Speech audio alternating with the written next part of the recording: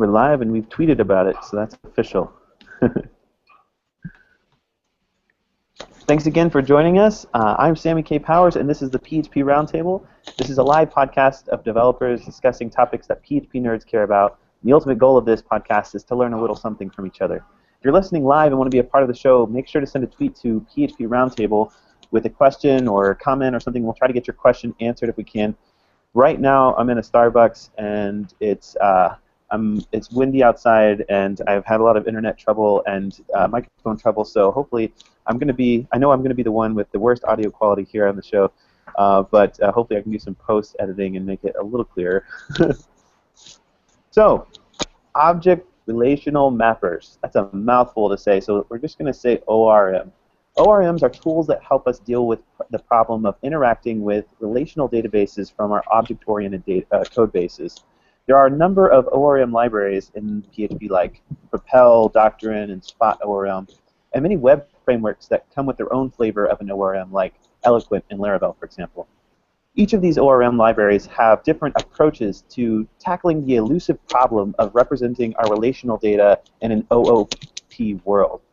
Today we're having a discussion that's all about ORMs from the perspective of the PHP community.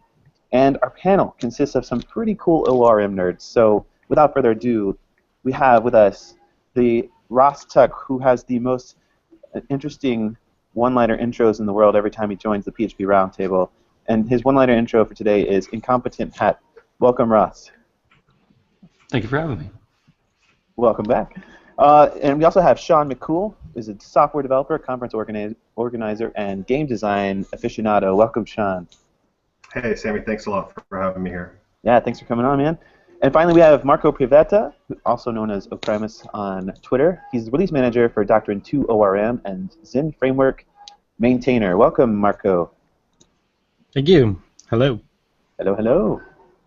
So there's been a lot of buzz on Twitter kind of leading up to this one, not only because PHP Roundtable has been on a bit of a hiatus after the holidays, but also because when we kind of throw out there that we're having an ORM discussion, a lot of people were automatically kind of tackling onto that active record versus Datamapper kind of debating thing that might happen. And in fact, Jeffrey Way on Twitter was saying, "Can't wait to hear Doctrine users and developers talk about how active record is great for their small projects." Smiley face. So it's going to be fun, but we'll talk about that towards the end. But before we get to the more controversial aspects of ORMs, let's just kind of have a general discussion about ORMs themselves.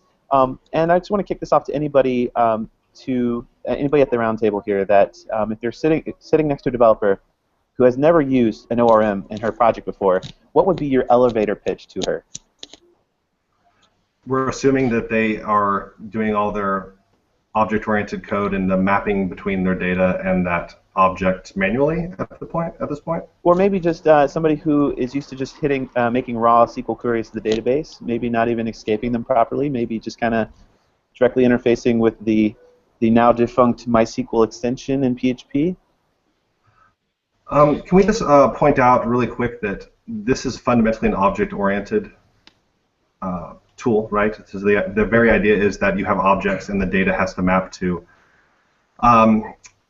some kind of data source that doesn't fundamentally match the object model, right? So it's a mapping. It's a necessary mapping. And when we say relational, we're not talking about relationships as in one-to-many, many-to-many.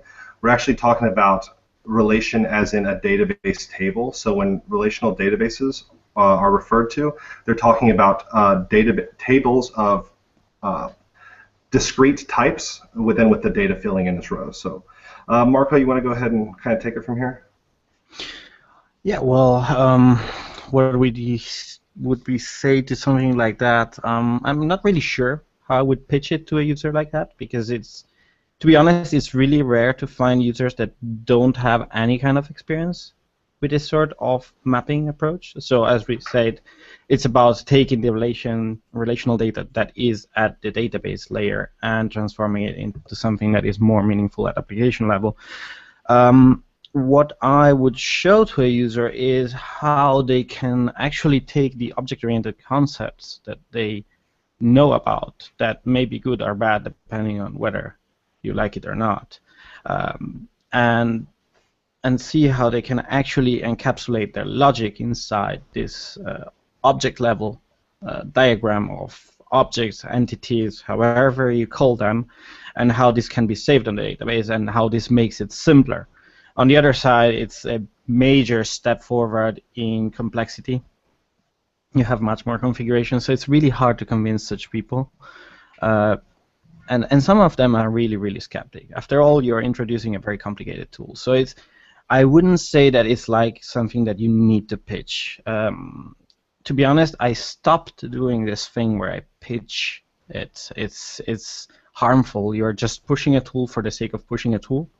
I think there must be a good use case for it first. There are some cases where the old style, fetching a row, iterating, doing whatever you need to do, and then printing some output, whatever, that is perfectly okay. If they have a strong use case, then this need for an ORM emerges on itself, in my opinion. Ross, you want to take on? Sure. My elevator pitch would be leave the boring parts to somebody else. I've worked on a lot of code bases where people are still using just raw direct queries, and what you see 99% of the time is just like long rows of easy to automate, really, really simple SQL queries, which are just kind of drowning the rest of the application.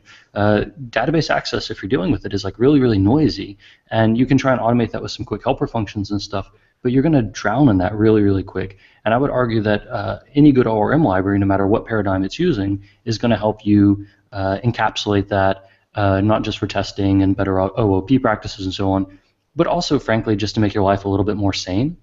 And to come back to the non-elevator pitch parts of what we've been talking about, I think that this is that the scope of ORM is broader than many people like to make it. For example, as you say, it's object-relational mapping, and you can argue about whether or not active record is ORM, but I would consider it ORM. It's mapping from an object to a database and vice versa. Maybe it's not a very rich or very different implementation, but it's ORM, and the goals are essentially the same: to reach into a database, pull some data out, do something with it. Perhaps the methodology and the focus differs a little bit, but it's still within the scope of ORM. The rest is just the pattern the ORM implements. Beyond that, and I won't have any firm opinion on this, but I'm interested in what Shawn said, in that it's fundamentally an object-oriented approach, because I know you're really interested in functional programming a lot these days, and it strikes me that while functional programming doesn't have objects, it does have structs. It does have rich data types, which you may want to map back and forth to a database, and how rich those structures are, for example, may have elements of, well, not ORM, but some kind of something to RM. It's still mapping. It's still mapping. It's still mapping something. But I'm curious about is there like a fundamentally different paradigm that we can approach that stuff with? But I guess we can talk about that a bit later, perhaps. So would you say that somebody who's never doesn't have a strong object-oriented sort of background, that jumping into an ORM might be a little bit crazy of a learning curve for them to get associated with it, right? Yeah, it will be. Maybe you just jump into it anyway. I mean, why not? Right? Jump headfirst into icy water and just swim, I guess. Learn how to swim. Exactly. And also, I think the level of complexity differs from tool to tool. If you count very simple mapping tools, then the complexity is not very deep. And also, complexity is relative, right? I mean, a good abstraction takes away underlying complexity and gives you a simpler interface on top. So while you might have to learn some of what that tool does, when it comes to the day-to-day tasks, you can forget it. There's a lot less to remember in each given moment if the tool is doing its job and if it's being used appropriately. So I think we can say simple, but it's kind of like the opposite of what I think it was Arthur C. Clarke always says, that magic is just technology we don't understand yet, but simple is just problems I've left to someone else. That simple versus complex thing, that we've talked about that in the past, and it's kind of interesting when it comes to programming and things like that. But if somebody had never kind of experienced ORMs before, or maybe just dabbled in it, and they go on to Google and they Google what's ORMs all about, I found the Stack Overflow thread that was answering that question. And I have a couple things to throw at you guys. One of the things that the thread said is that one of the pros of an ORM is sanitization, and that like using prepared statements is easy. Like it's just like sending your values to a method, and it automatically escapes all your values. But we have that with PHP data objects or the PDO extension in PD because that has prepared statements and will escape your data. Also, it says that it abstracts all of your code from the database system itself, like from those actual functions in PHP that are interacting with your database, like literally the ones called MySQL or whatever. And so it's a DBAL, it's a database abstraction layer. But there are DBALs out there, database abstraction layers, that aren't ORMs. So what are some more pros that aren't necessarily these other things that we can get from either PDO or DBAL that make ORM awesome sauce? Well, clearly the abstraction of the persistence system, of the database system, is it comes with ORMs like almost always, right? So Doctrine has its stuff, and Laravel's Eloquent is built on Laravel's Query Builder, which is another abstraction layer. I wouldn't bundle those fundamentally in with the value of the ORM, right? To me, the value of the ORM is more not having to do that mapping. So what happens if you write an object model that does what you want it to do? How are you going to get the data out of that and store it long term? This is really the fundamental question. So do we write our own custom code that pulls those objects apart and then maps them to database fields? What happens when we have objects that are a part of that object? How then do those map to database fields? So to me, the ORM is all about creating a solution for that mapping, and sure, the database abstraction stuff, it tends to come with it, right? But maybe that's not a specific value of the ORM itself. That is indeed the value of the ORM. You are now completely moving out the problem of dealing with how the data is structured inside the persistence layer. What I found interesting about the security thing, and this comes directly from what I saw at the conference you were organizing, the DDT Europe the other day, is that since the ORM is now completely abstracting away the problem of saving and loading data, the entire context of saving and loading data, so everything that is in the knowledge about saving and loading data is dealt by this tool, or however you want to call it. And this means that when you translate your data into your objects that then you want to save, this translation between objects to whatever you use for the saving and loading at is dealt with by this tool. And this means that the translation is done correctly. The translation of value to database field is exactly where all the SQL injections happen, for example, where everything like XSS, SQL injection, parameter injection, whatever, everything happens there. So if we do the translation correctly, which is now the work of the tool, then you don't have the security issue up front. So there is an advantage there, but it's indeed about, it's just a side effect of the great advantage of the tool there, which is also one of the disadvantages though. So we'll talk about that later. Ross, you want to take on? But I think like that's a really good example of like an ORM actually lets you forget things. People latch onto the complexity really, really hard, but in fact, it's less complex. I'm not thinking about the escaping. It's built into the interface of what I'm working with. And then there's another kind of translation, and I think that's really important with an ORM, which is like the interface that you want to consume in the rest of your code. Like we're really used to looking at the tooling and saying like, oh, library A does it this way, library B does it that way. But very few times do we actually stop, take a look back at the interface we want to consume. Do I want to have, this method right here? Do I want to have this split into a different object? Do I want to consume this in a different way?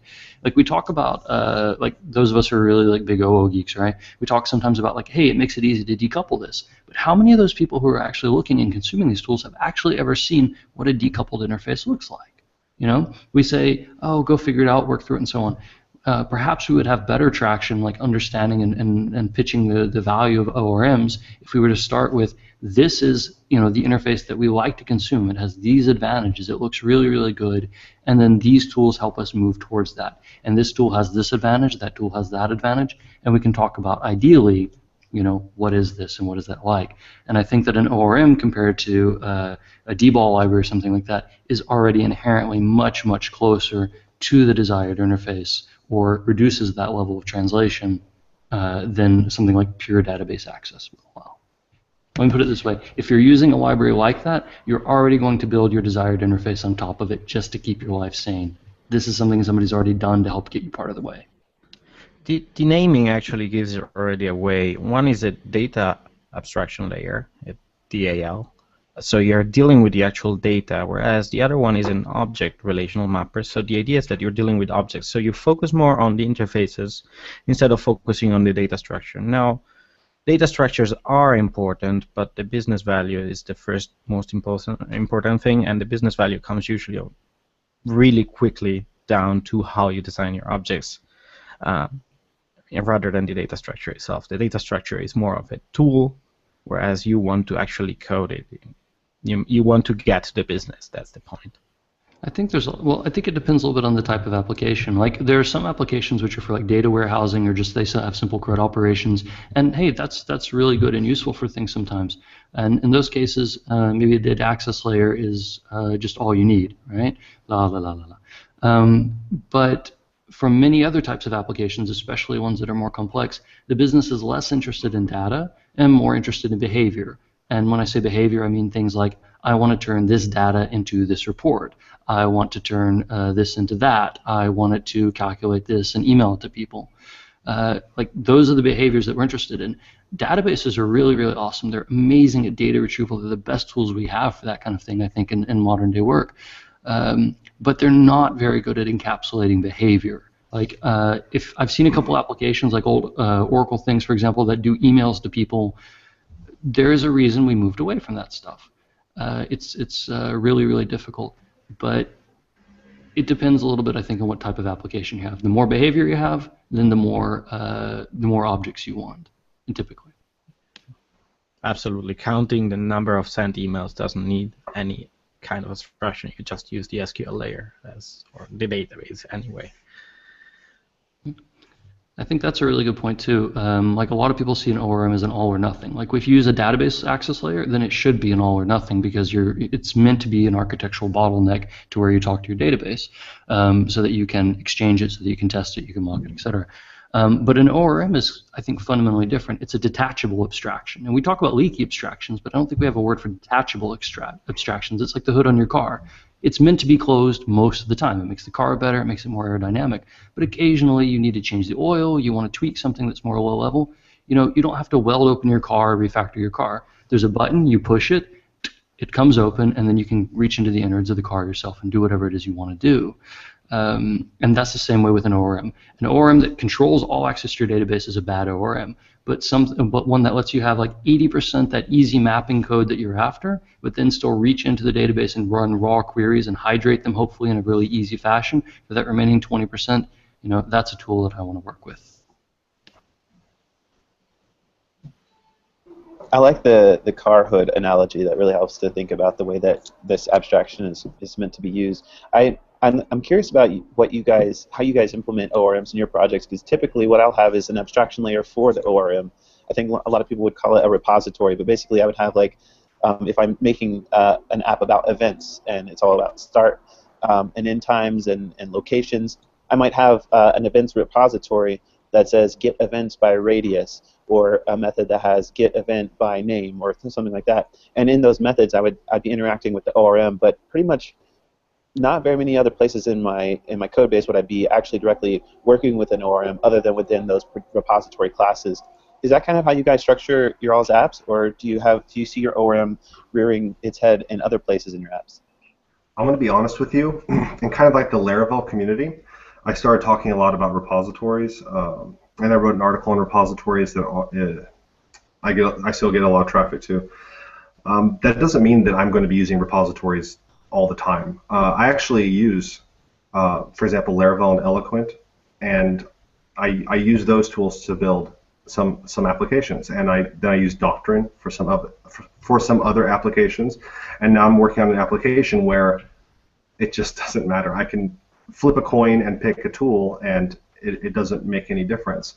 So I think where repositories really help is if you want to have a place to put the behavior to query, or if you want to have the opportunity to have special behavior on storage or something like this, it's really nice. For example, I like to design my objects without thinking about persistence. I believe that for me, it's often easier and simpler and brings me more clarity to design my objects, make sure they work, everything's working well, and then slam persistence into them as kind of an afterthought, throw them into that repository and let the repository take care of it.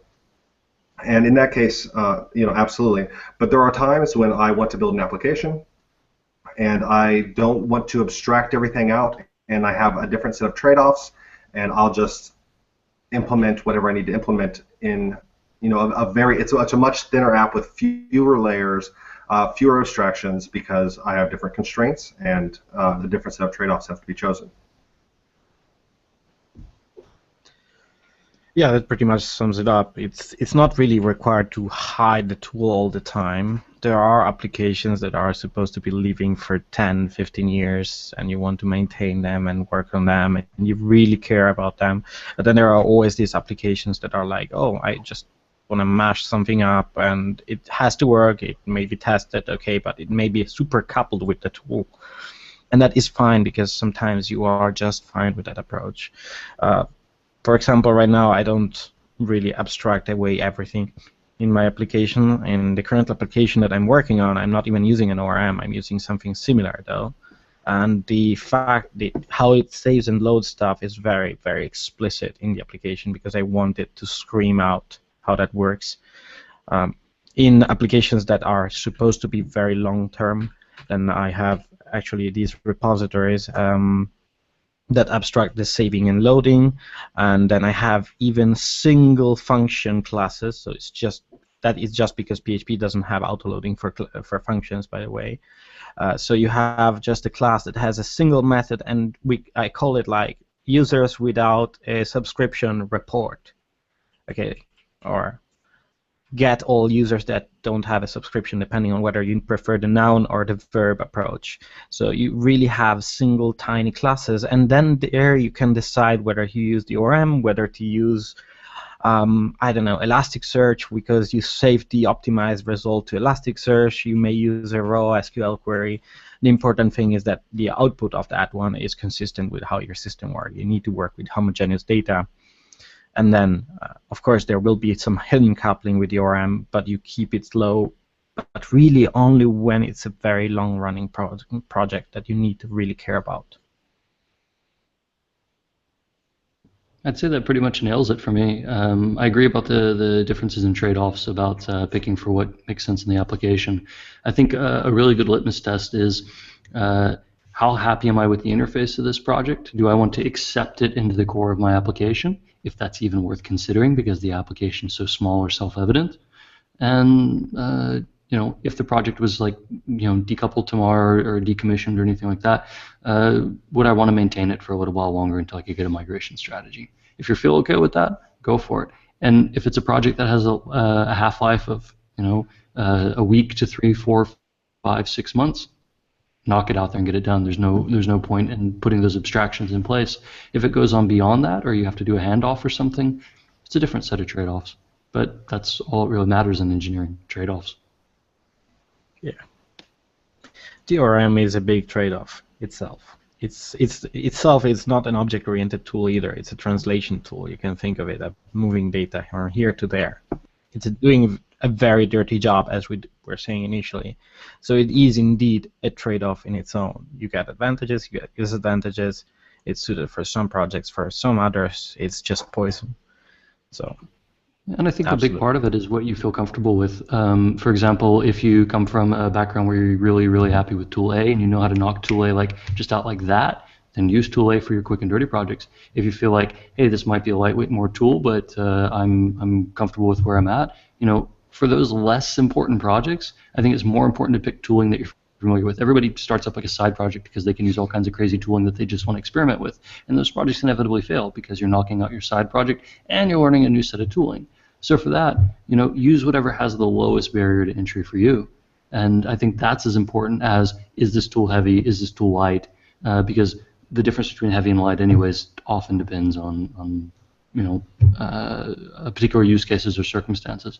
But I think really what matters here is how comfortable is the tool to you, how much typing do you have to deal with, and what's the lifetime of the project. But Now, Ross, we're a little bit off topic now. when you say less versus more important, can I insinuate that what you mean is with a less important project, you seem to say that the tools that are more familiar to you might be quite the way to go. But with a more important project, maybe you are more likely to really buckle down, scan a wide variety of tools, and try to find something that maybe you aren't incredibly familiar with, but then you must become familiar with. Is that what you're saying? I'm hesitant, like I chose my words poorly. I'm hesitant to say that any project is more or less important. Like within an organization it might be, but to an average client, if you're doing consulting work or agency work, then every project's important, right? But I would say for projects that have a shorter lifetime, that require less maintenance, then I'd be more inclined to just take a tool that's easy and off the shelf and that I know. For a project that is going to live for a longer period of time, then I'm probably going to look for tooling that is maybe a better fit for it.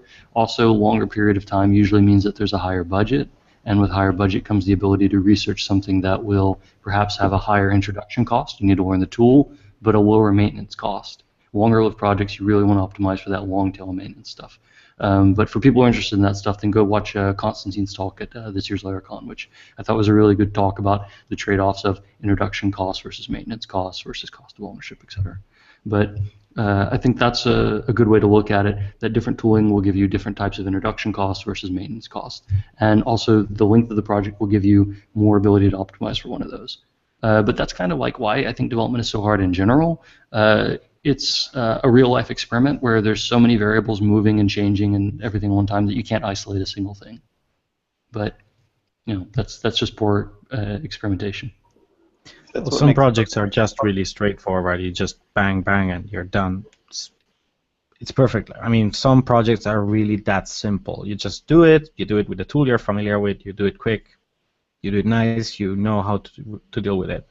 When you have to take a lot of decisions, then that's just our job. So you're taking all the architectural decisions that are required, and by architectural decisions, that includes also the tools that you're going to use. So. I mean, the more uncertainty you have, the better you have to take care of what tools you're going to use. Well, I wanted to go back to something that Shawn said, that he likes to design objects without thinking of persistence. And I think this really ties into kind of like, Ross, you kind of alluded to it earlier. I didn't realize it's so obvious, but kind of been on a functional kick kind of lately, thinking of immutability and really thinking about how mutability in a program or in a code base can really bite us in the butt. And if you're unfamiliar with mutability, if you watch, we've gone over to several episodes in the past. So and I think there's one even called Immutability or functional programming in PHP. So definitely check out those episodes to get like kind of a background on this. But when I think about trying to make things as immutable as possible in my code base, or as read-only as possible, I don't want to change these objects once I instantiate them. I almost want to do that with my database models. When I create a new user, I almost want to like instantiate that user and then not change it. I almost feel dirty by taking that model and then setting its name or changing its name and then saving it. Like, how do you guys deal with? Do you guys have that dirtiness in the back of your head, or are you able to kind of be like, oh, these are mutable objects, this is what database persistence is all about? When it comes to me, I'm going to be honest, I'm thinking about mutability versus immutability, and it's a very case-by-case basis. I think that the mutability is going to be the clearest way to, the way that something works and is easy to understand and is easy to work with. In a lot of situations, that's going to be number one. So if mutability brings a clarity to the code, if the code as a user interface for the software developer is easier to work with and allows you to get your job done better, then I say mutability is great and fine. Of course, it does have problems. You can make assumptions based on the state of the data at one moment, and then the data can change, and then the assumptions are this is one reason why immutable data in distributed systems is problematic. And one of the reasons why functional programming, for example, seems to be catching on so much lately. But I would be hesitant to try to say that immutability is fundamentally superior. Well, it may be technically superior, but it's not practically superior all the time. That's the point. it's a trade-off again. So setting a username, I wouldn't call it set a username. That's the only difference from what you do. I would call it change username or something like that, and then encapsulate however the state is changed internally inside your objects. So you still expose the new username, but you don't know what happened beside it. So you can design it both in an immutable way or a mutable way that is up to the storage layer and to your requirements then. So you have some space to decide how you want to deal with it. But in general, the mutable approach is perfectly fine for 90% of the application. Nobody's going to design a new WhatsApp today. Okay, we're not designing WhatsApp. We're building web applications that, in most cases, are used by 5 employees in a warehouse. Okay, that is what actually happens most of the time. We are designing. We're thinking about scalability problems that are outside our scope or interest. Then there are obviously cases where scale is important, and then you start designing with immutability and with horizontal scaling and distributed systems, as Shawn was saying. But in most cases, you just don't need that complexity in your head anyway. I think a big part of it to me is about the building blocks that we bring to code. When we work in an OO language, most of us learn the same way over the last 20 years or so, and we're used to a certain mindset, a certain way of building up these things. In some cases, especially in OO, that usually revolves around mutable. In some cases, it's immutable. And what I'm primarily interested in, what does the code communicate to the person consuming it? Does it violate principle of least surprise? Is it easy to use? Can I pass it around safely? Can I recreate it in place? I think there's all sorts of these concerns. And I think in an OO language, we're used to a certain set of building blocks. I think in a functional language, we're used to a different set of building blocks. In a logical programming language, there's a different set of building blocks. And I think that we use the building blocks that make the most sense. And those tastes and those what makes sense changes over time, and we should let them change over time. But that's I think really what it comes down to. The choice between mutable or immutable is about which building blocks and which things do I have in my toolbelt that fit really, really well for the scenario. I don't know, honestly, beyond that. I mean, if we want to bring it back around to ORM specifically, I'm really curious, just throwing it out there to both of you, like, you know, does functional have a superior paradigm to ORM? Because it's such a defining feature of ORM. It was something that was meant to be kind of a temporary solution, but it stuck around. You know, we can't really seem to get ourselves out of it. I mean, there's a famous quote that ORM is the Vietnam of computer science. A bit crude, but somewhat true. You know, is there a way out of it? I mean, a lot of people are interested in event sourcing. Like, you know, raise your hand if you're working on an event sourcing application right now. You know, like everybody here raises their hand basically. My current app is not even using an ORM. The person behind Sammy raised their hand.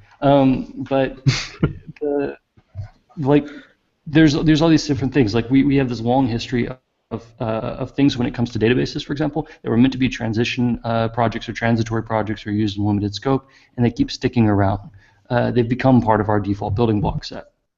And I'm curious now if we're going to find in this next era a new set of building blocks, or are we going to keep using these things that we thought were temporary hacks, but just keep sticking around. So I'm curious, like maybe somebody out there has an idea about, you know, what does the next wave of that look like? Well, these temporary hacks have been working for a lot of time. I mean, SQL databases have been working since the 70s so far. I realize now we have graph databases, which are much better. I think that's even on our roadmap for today. But in general, you have to think that we are abstracting the problem of storage on top of usually immutable data storage. So you could implement a functional ORM. It could work. You could create structs. It wouldn't be objects that are mutable. You could create structs, and then you could interact with them. But in order to make it fully functional, you would have an append-only data storage, which is indeed what we were talking about, event sourcing. On the other side, I'm going to take what Greg Young said at TDD Europe. Event sourcing and append-only data structures really make sense in some contexts only. You don't want the additional complexity of dealing with every problem as the history of humanity. Okay, you're not going to say, oh, it's pretty much like, who are you? Oh yeah, 4.5 billion years ago, life started on this planet, and this happened, and that happened, and then finally I was born. You're not going to explain how you were born like that, okay? So it doesn't need to be that complicated every time. A trade-off is a trade-off. It's perfectly okay.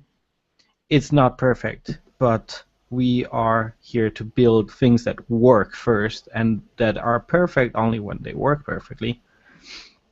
And then the fact that they may be functionally perfect or whatever is just technical, if I may say, onanism. So, that's an exaggeration. I just have one thing to add to what Marco said. Marco, I think your aggregates might be too large. Thank you. Yeah, I have some big hard drives around here, so keeping my aggregates safe. I do think it's. Go ahead. I'm sorry. I do think it's interesting that we keep kind of pushing the complexity around a little bit. ORM was kind of meant to be maybe like a step forward in automating a lot of the grunt work, but not really eliminating the problem. Now a lot of people are really excited about event sourcing, but that comes with a whole other set of problems, in my opinion. Like the introduction cost is actually kind of low. It's really easy to understand all the components yourself, but the long-term maintenance costs and the long-term trade-offs of it, actually, I don't still think we fully understand. It's been around almost a decade, but we still kind of are figuring out like what is good design there, what are the trade-offs for that, what does the maintenance cost of it look like. As Marco said, there's a lot of history you have to take care of there. And again, it feels to me like kind of like this is a really, really good idea. I like it a lot, but it also feels like a transition period. It's leading up to something else. I don't know what. But what is that going to be? Is there any good solution for that long term? I'm beginning to doubt it. I think it's like I hate them all. I just hate some of them less than others. Exactly. Yeah. I've been trying some of these new approaches, and they are hugely rewarding because you know why it's better or why it may be better. But on the other side, you are really, really scared by seeing how much code you get to write just to do the first baby steps. It's a lot of complexity that you introduce by adding these new alternate systems instead of using something old and boring that already works. So if you're writing something like 100,000 lines of code just to do something that you could do in a tenth of the code, then business is going to tell you do the one that takes much less, unless there is an actual reason for doing the bigger one, the bigger code base. So yeah, I mean, you have to always hate one or each. Well, every approach you have to hate it in some way. But indeed, I mean, the one that gets you to the job quicker is probably the best one anyway. I think that the ORM itself is that kind of tool that keeps you from having to write as much code.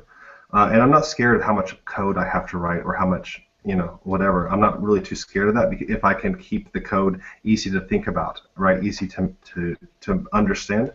But that's one thing I do worry about with things like event sourcing. How does that scale in a cognitive load capacity over time? That is one thing that makes me nervous, honestly, because having to type, whatever I can type, having to create new files, I can do that too. But having to be able to think myself out of a box that I've created, I'm a little bit scared of my own cleverness. Plus, you created it, so the next person has to get in your box before he has to do anything with that. That is kind of an interesting, nice thing about ORMs. Like they're kind of off the shelf. They're kind of taken for granted. They've become boring technology, so it's easy to pass them on to the next person. Although that doesn't always make them the best fit. I do think it's really fun to try and chart like sort of how they scale. So like this is going to come across horribly in the podcast because you can't see my hands. But I think like to me, like if you're talking about like this is complexity and this is time, that I think something like direct database access, like just out of experience, it kind of goes like this. Like it's the simplest possible technology you can use, and it's really, really simple and easy to introduce. But over time, like it just climbs almost vertically in complexity. Like it just overwhelms the rest of the app. And then you get something to active record where the introduction cost is a little bit higher than that. And it like goes up pretty well, but it doesn't go to a vertical climb. It stays a little bit more linear over time. But it's like more features you add, then the complexity stays pretty much constant. And then I feel like when you move to stuff like Datamapper, then the beginning complexity is a little bit higher, and then but it doesn't quite, it scales just under linearly over time to me. Like it stays a little bit easier. You get some nasty peaks and stuff when you hit scaling issues and stuff like way over time, or you have to do like ugly mapping hacks because no data mapper is perfect. But you know, it's like not a steady climb, but it's just peaks and then it kind of normalizes. And then you've got event sourcing, which the starting complexity is really, really high, but it's coming down all the time. And it's pretty much constant. There's some nasty points. It's still climbing, but it's pretty much constant right now. But what's interesting to me is that these things change over time. So with Active Record, for example, the starting point with Active Record, and believe me, I was there, like, you know, early 2000s, and the Java programmers will laugh, but early 2000s, Active Record was a little bit harder to get into, but it was a big improvement over time, right? It was a big step up. And Datamapper, when that came out, that was like even bigger. That was a ton of code you had to write. It was awful. But over time, the Datamapper tooling has gotten better, and now I would argue that most Datamapper libraries are only slightly more complicated to use than an Active Record library. Just my opinion. But I would argue that event sourcing right now is actually really complicated to get into. It's the easiest concepts to understand, but getting it in a production app is pretty tricky. But again, the introduction cost is coming down over time. In the case of event sourcing, it's not just because the tooling has gotten better, but actually because the learning materials, which I think are the real bottleneck, are getting better and better all the time. And I hope to see them get better in the short-term future. But I think like it's important to remember like those are kind of like the rough trajectories of complexity for those tools, but they are constantly shifting. Active Record has gotten so much easier to use. Datamapper has gotten so much easier to use. Event sourcing is still a little bit harder, but it's about the only tool with almost a constant level of complexity over time, you know, or at least a constant climb. Yeah, but how much of that complexity comes from the fact that as you build structure over time, you are married to that structure, and your additional structure must be jacked onto the side. So if you know we're building all these models and they map to the database, and then we have to continue to rely on that database mapping, or change everything, change the whole application, the way it functions, and the way everything maps. I mean, how much of that complexity is coming from that long-term growth? I think like that's the art of it, right? It's like predicting where does the whole thing end. In the example of event sourcing, like I really love it for a long-lived application. It may be one of the best choices you can make for certain parts of your application, or certain parts. But if your application ends at a point in time, or the feature freeze comes in time, like it's not even really a factor of time. It's more like, as you say, like a rate of change, I guess. Then if it ends before you get that payback. Same with ORM, same with Datamapper, all of this, I think. But maybe I'm misunderstanding the point, because I think I am. I think the question was mostly about coupling. If I understand it correctly, it's about like how much you got back there and how much you can move forward without breaking what you broke before. Is that what you were talking about, Shawn? I maybe misunderstood that. Yeah, it's something like that. For example, when you're dealing with, let's say, like a typical doctrine model. So you have this model, and it's essentially just an object with maybe child entities or something. You're updating the state, and then you're storing it back, and then the ORM knows how to write this to the database, and when you want to query this, the ORM knows how to bring it back and give you the object that you want. Of course, you start developing this stuff because you have to interact with it. You need to get this data. You need to get this data into this behavior. And you need to be able to store this data. But over time, for example, you need aggregations of this kind of data. You need different things that rely on what came before it, and all of a sudden, you're really kind of beholden. Like you have to use the same data structures for writing and for reads, and so you have this legacy of the more built up your app, the more models, the more data structure you have, the more you kind of get put into these situations where things get really complex. Like I see that a reader talked about a question, maybe I'm getting too far ahead of myself, but how do you deal with really complex queries, or queries that rely on the native driver like spatial data extensions in MySQL? Like anytime you have to do something special and you have to bring together different things, all of a sudden everything just explodes in complexity. And where with some technologies you don't have to deal with that as much, but when you're just reading and writing to the same structure for your reads and your writes, it's much more complex. So, sorry. I see where you're going with this. It's pretty clear. So So yeah, reading and writing to the same data structure is exactly where we all start, and it makes perfect sense for smaller projects. For bigger projects, actually, this problem that you're introducing there, that you're using the same data structure, and I'm going to stress same data structure, comes from the fact that we are talking about relational databases most of the time when we deal with ORMs. I think this is because of dogmatic knowledge about how these relational databases should be used. There has been a big push for other approaches like CQS, CQRS, where you actually just push the data to your relational model. You use the relational model just as a kind of working set where you want to work with.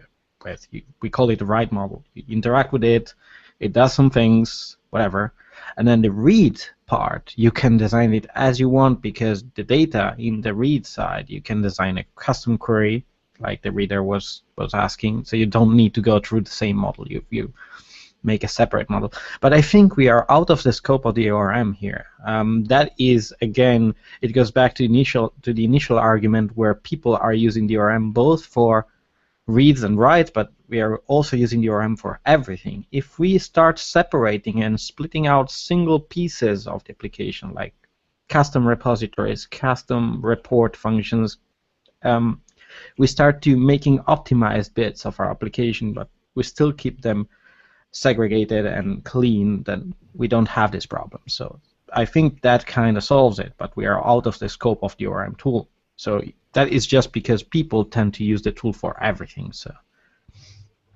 that's where the complexity comes from. There's an interesting bit here too that we're talking about, basically CQRS at this point, which is at this point in time like really associated with event sourcing, but it doesn't actually need to be. I mean, I can have a CQRS application that, for example, uses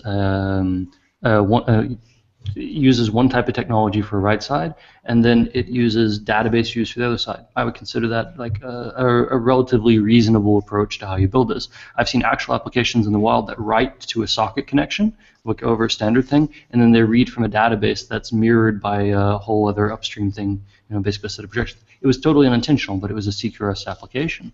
Like there's a lot of different things there. And on the one hand, like the structures can bind us over time. They can trap us into a particular mindset, and I do think they make it harder to evolve and to continue adding new features. On the other hand, they can often provide a point of guidance at the same time, and they do prevent some of the other types of application. I mean, if we move everything, for example, away from structures to purely temporal modeling, for example, you get really, really good wins, really good fits for some types of things. But then you still have particular situations which are really nasty, like splitting aggregates or event streams or something. But another example would be something like graph models. Like graph models and graph databases are a huge win for certain types of things. It's about putting that data in the right thing for itself, and that's kind of I think a really, really key part of it, of being able to move your data from one type of storage or one type of backing to another that gives you a different set of trade-offs. I think that's probably the way of the future. I mean, like at the end of the NoSQL wars, we had a lot of talk about polyglot persistence, and that's still kind of a pain in the rear to do today. But the more I look at it, the more I think, well, this is probably still the way of the future. It's just taking a little while to get there. Polyglot persistence. I've never heard that before, but I like that. It's actually something I ran into when I was trying to implement Neo4j, the graph database, in one of my projects, and I was looking for ORMs that would fit the graph database. And when I started to realize that ORM, at least where it is right now, is kind of not really a great model to model graph relationships. When we're talking about graph theory and nodes and edges and things, I wasn't able to find an ORM model that fit that type of relationship. Have you guys ever tried to implement an ORM for a graph database? Yeah. There is actually one which is for the ORMDB ODM. ORMDB database. ORMDB is kind of the, I'm not sure about the statistics, but it should be the second one after Neo4j right now. Kind of, and the folks that actually work on ORMDB itself helped us build an ORMDB OGM in the doctrine organization. So there is under the doctrine namespace 1. The point of that is still having some typing, so you can define which kind of relations you have, and they are fixed, whereas the actual graph database usually allows any kind of association from one object to the other, but that may depend on what limitations the storage engine defines. What is interesting is that graph databases are actually much closer to ORMs. In my opinion, ORMs are much closer to graph databases than to SQL databases. SQL databases are so far apart compared to what we are used to work with in the address space. In the address space, what you have is just objects referencing other objects by pointers. Okay, that is exactly what happens inside a graph database. That is not what happens in an SQL database.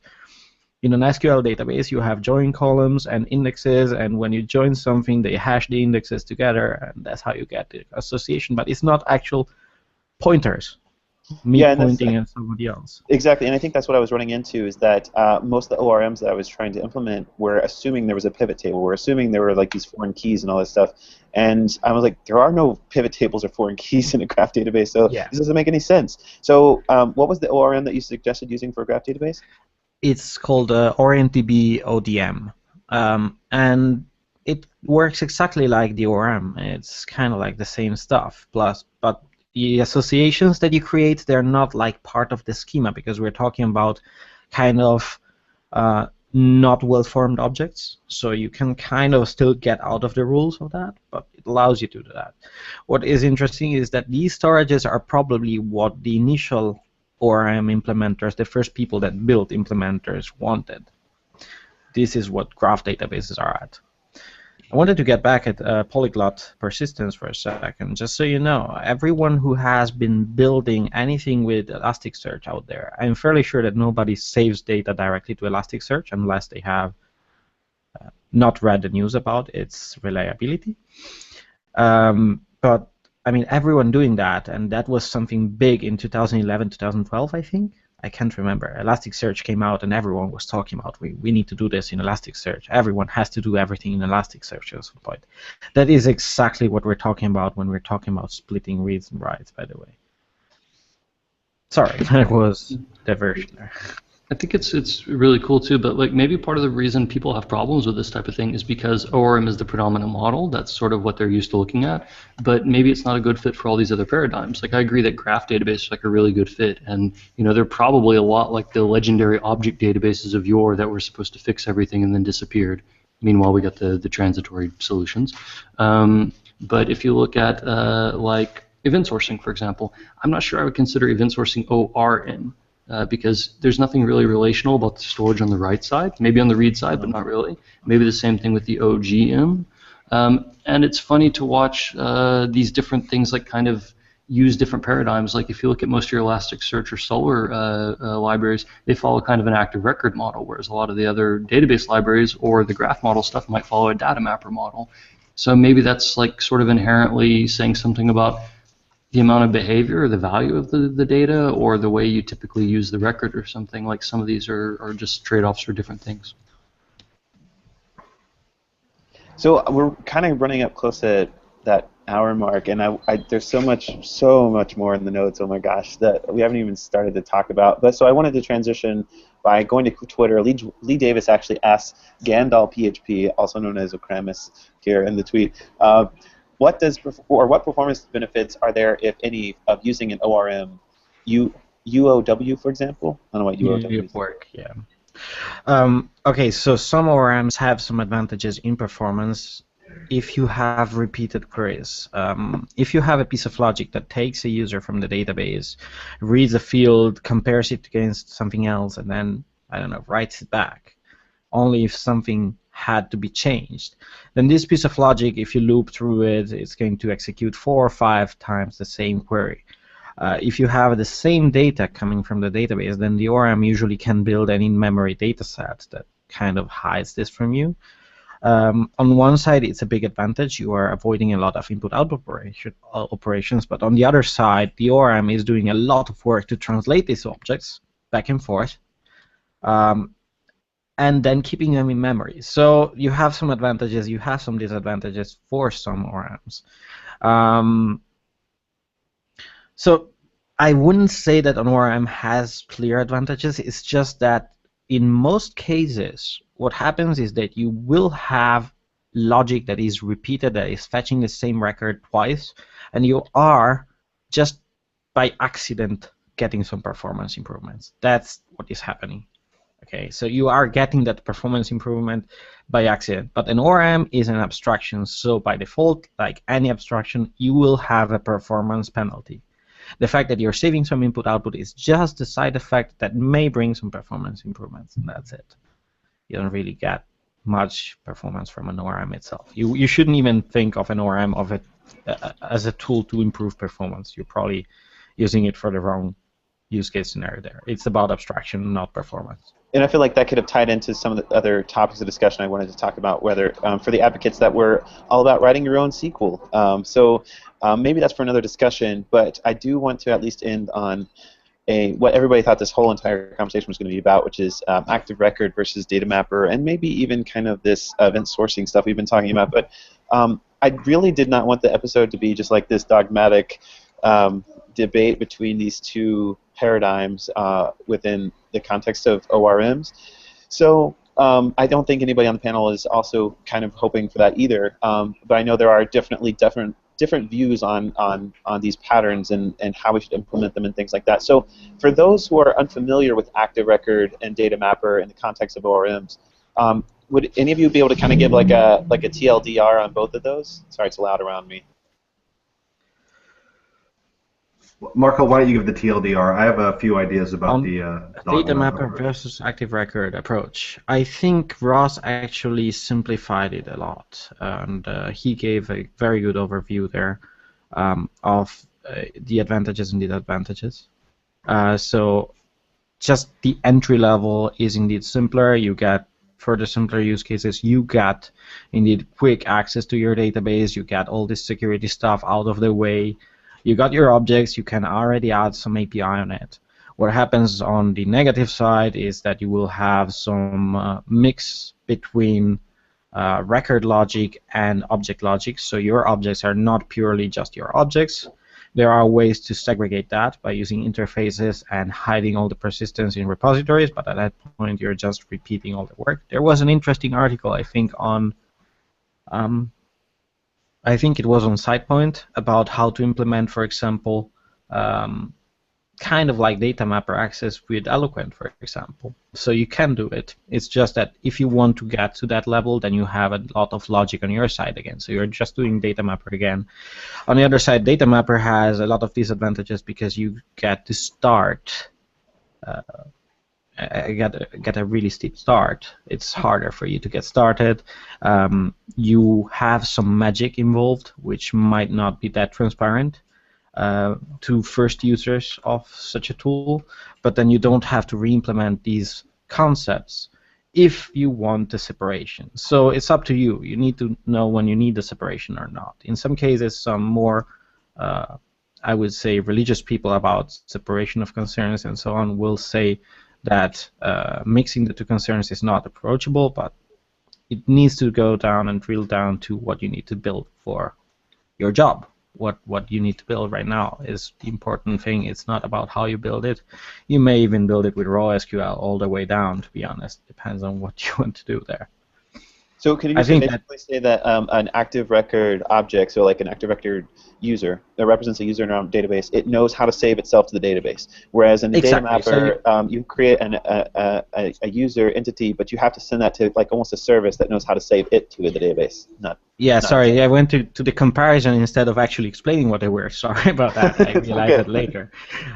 No, indeed, exactly. So in the active record model, you have a record object, and the record object has some understanding of the database, some of it, or has a reference to the database. So it knows how to deal with database problems plus your problems. In the Datamapper problem, you have a separate object, which is usually a repository, and you have objects that you push it back and forth from it. And they are, in theory, only your API. So we could talk about a lot of things. For example, how active record could be perceived as modeling both a database record, a database row, as well as whatever you intended to model, and where you could use Datamapper to have an object that models only specifically what you intended to model, and then map the values to the data.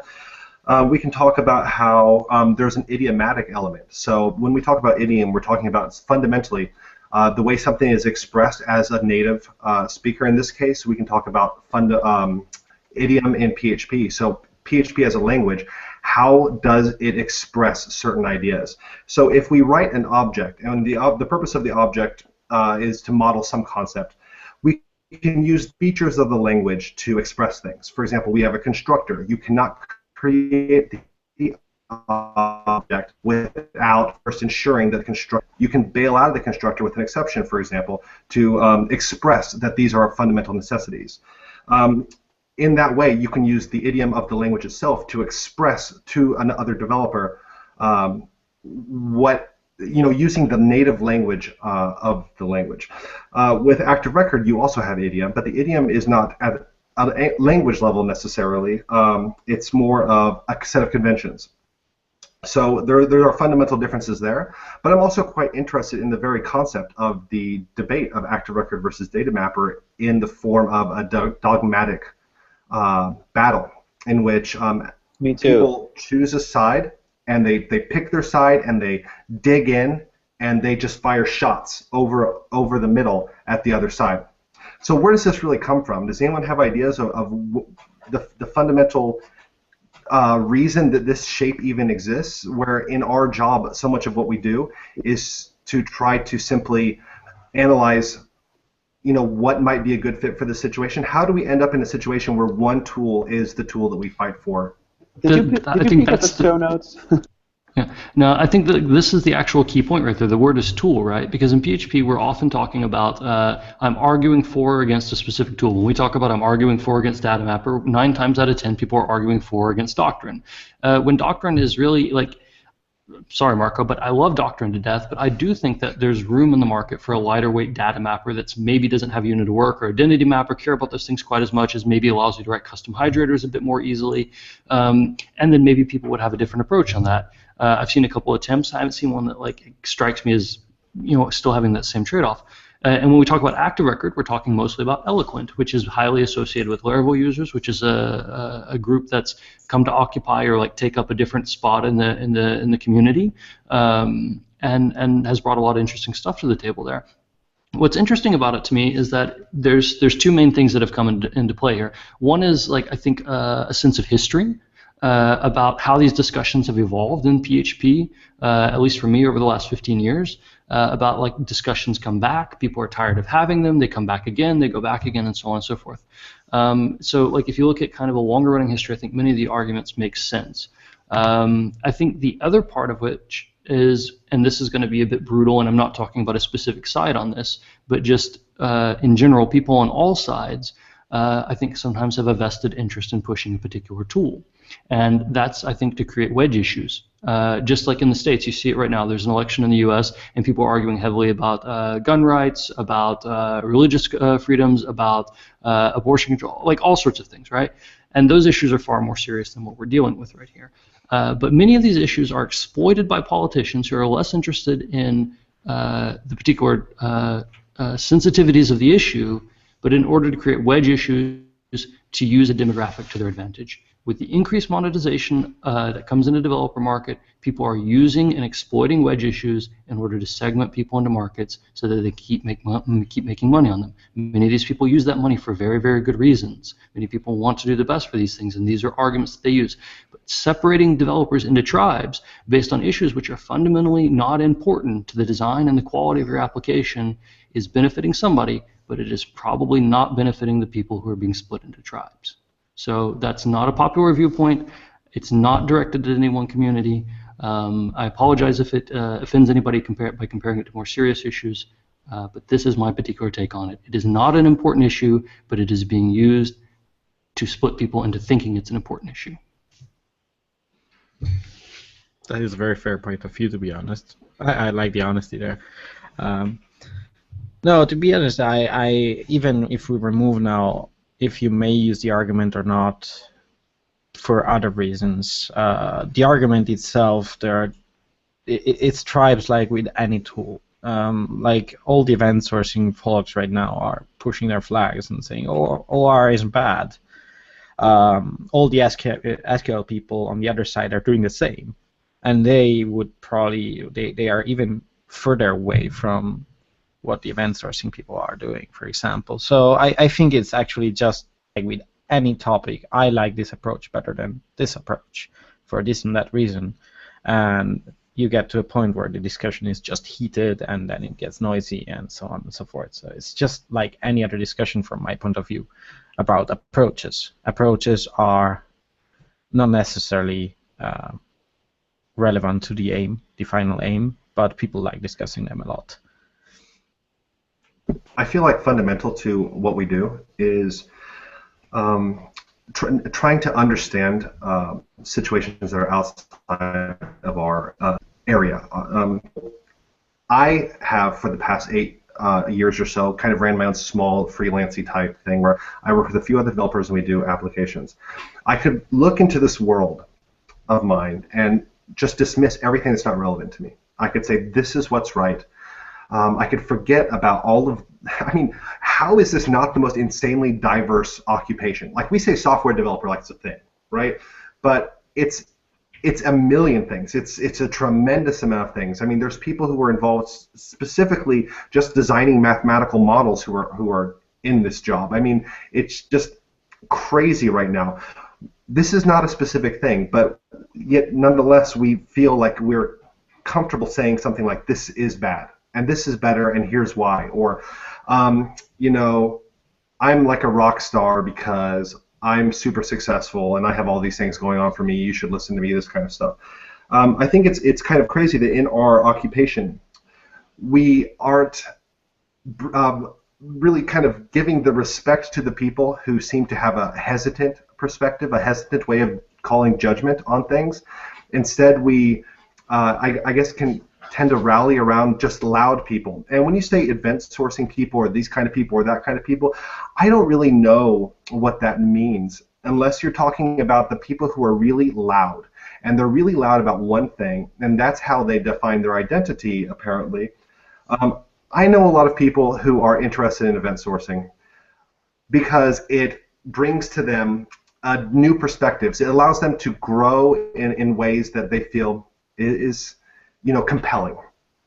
But I don't honestly interact with a lot of people who make a hard stance on event sourcing is what you should do or this is what you should do.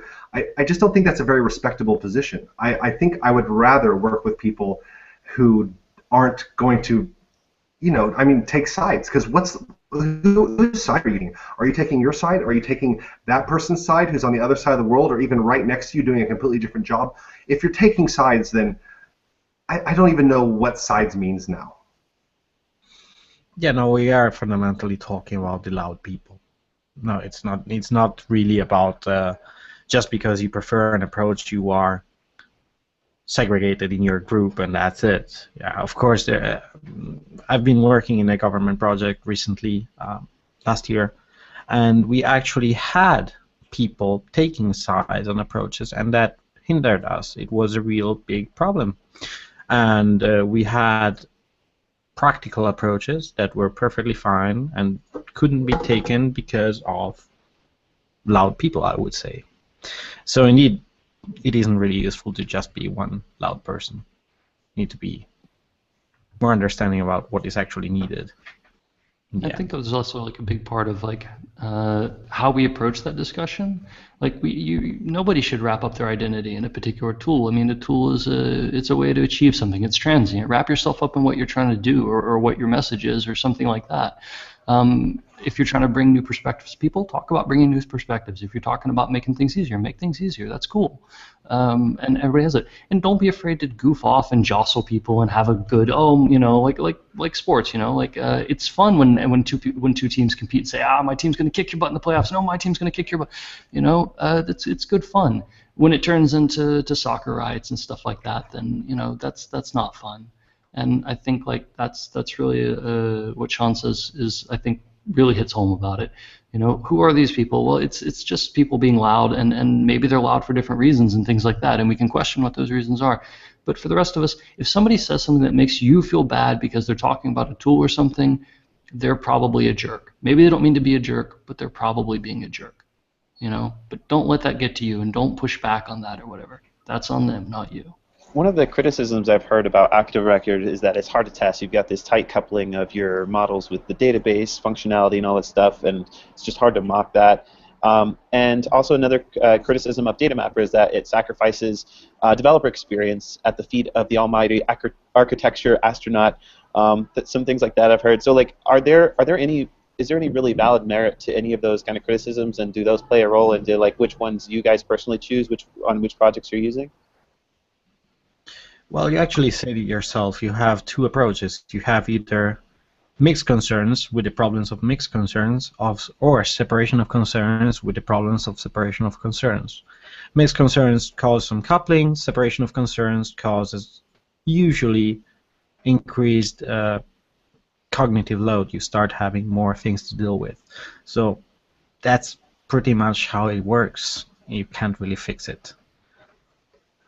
I will say that, for example, with Active Record, it seems to me much more likely that it's going to be a behavior can kind of come out of the object and exist in the surrounding scopes of the object, simply because all the fields tend to be publicly available.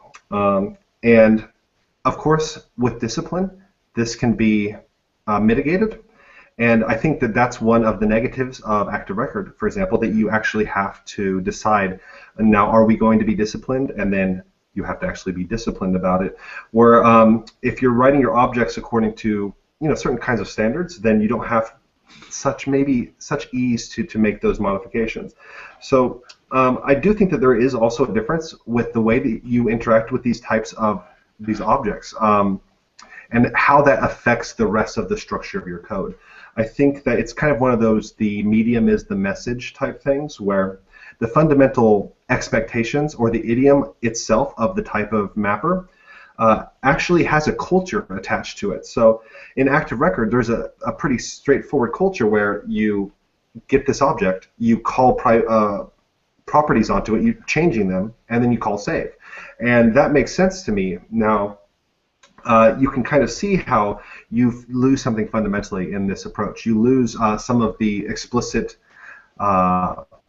meaning that could go into what are these changes precisely. And if all of your code all over the place is making these kind of changes, some of them could be making changes for the same exact reason, some of them may be making changes for an entirely different reason, and then it's up to the developer to reverse engineer this in their mind. Yeah, so I'm just going to stop talking now. That's. Well, I think like you really hit the nail on the head. Like, it's all about at which level do you actually care about. I don't want to say interchange of your code, but at which level do you care about it? For example, let's say that I've got two objects in my system. One is some really vital piece of business logic, like I don't know, a user, or a charge statement, or an invitation, something like that. I'm not going to exchange an invitation for something else. So that's probably a case where I might consider, some sort of implementation that doesn't really want to change the invitation itself. So I'd probably use like a Datamapper or an event store type of thing, because it doesn't really change the object. On the other hand, like, let's say that I am going to put some of that data into Elasticsearch. There's a good chance the Elasticsearch library I'm going to use takes kind of an Active Record approach. I don't actually care so much about the Active Record model. I care a lot about the fact that it's going to Active Record in the first place. So if I want to swap something, then I'm not going to swap the invitation. I'm going to swap the invitation persistence. If I'm going to swap something for Elasticsearch, I'm probably going to swap the entire Elasticsearch part. So the fact that the search index is in Elasticsearch, that's where my interface is going to break off and detach. The fact that there's some Elasticsearch records inside of that are maybe coupled to Elasticsearch or whatever, I don't care, because that's not where I'm going to break off that part of my application if I ever needed to change it or test it or integrate it against something else.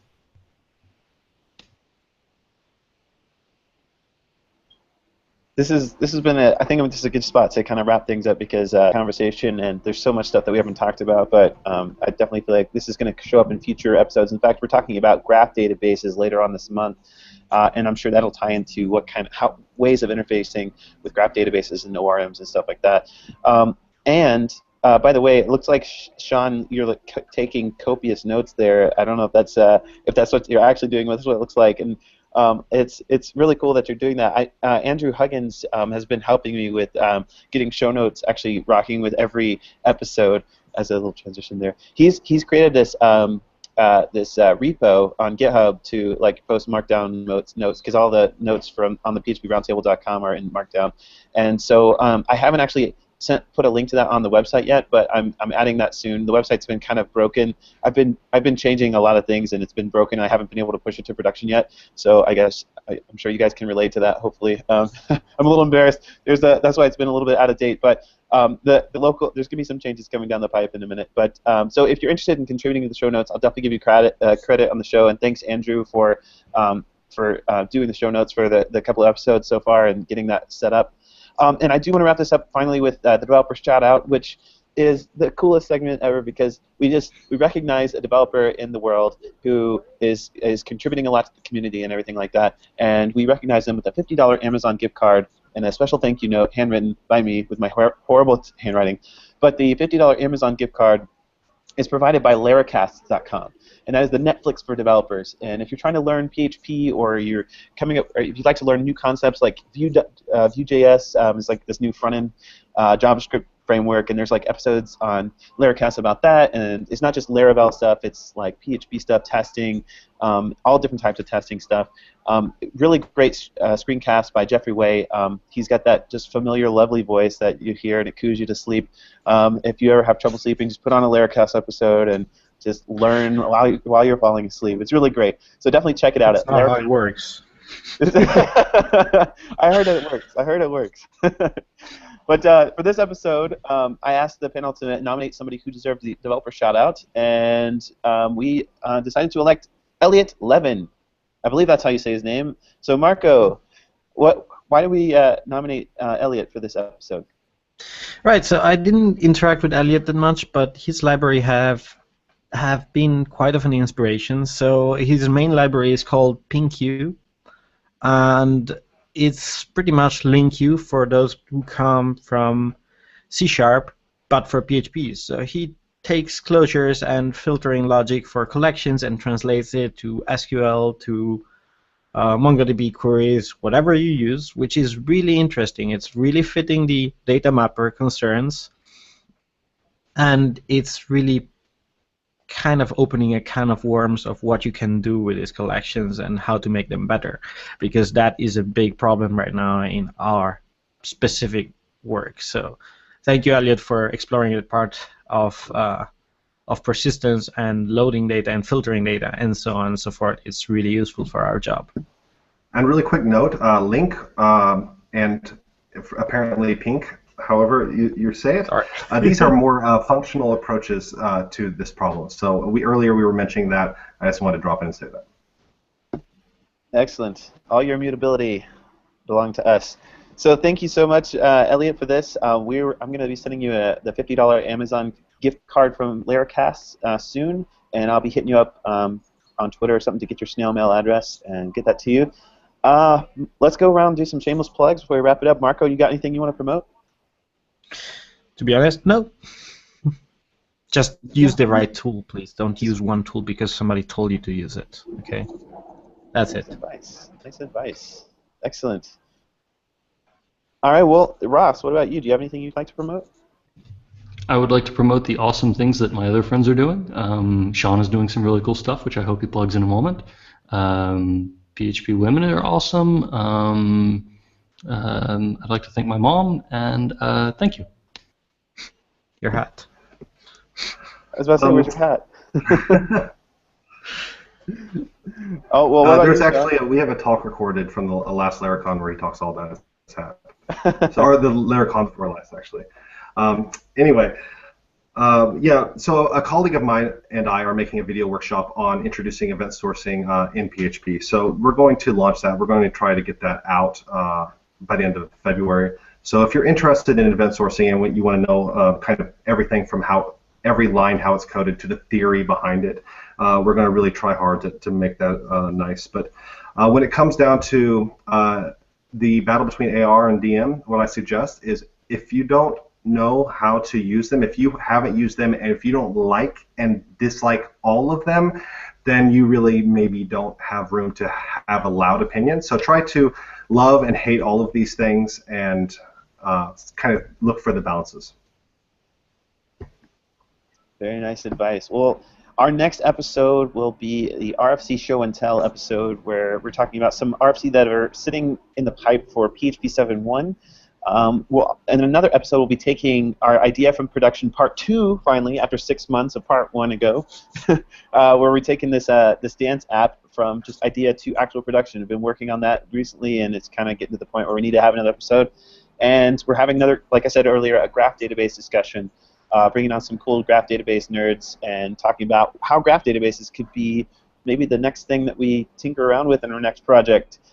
If you'd like to talk about some specific topic on the PHP Roundtable, hit me up. Go to phproundtable.com. There's a form you can fill out and submit your idea, or just hit me up on Twitter. I'm Sammy K, or ping PHP Roundtable. And I'd like to thank Ross, Shawn, and Marco for joining us in this roundtable discussion, and we'll see you guys in the next episode.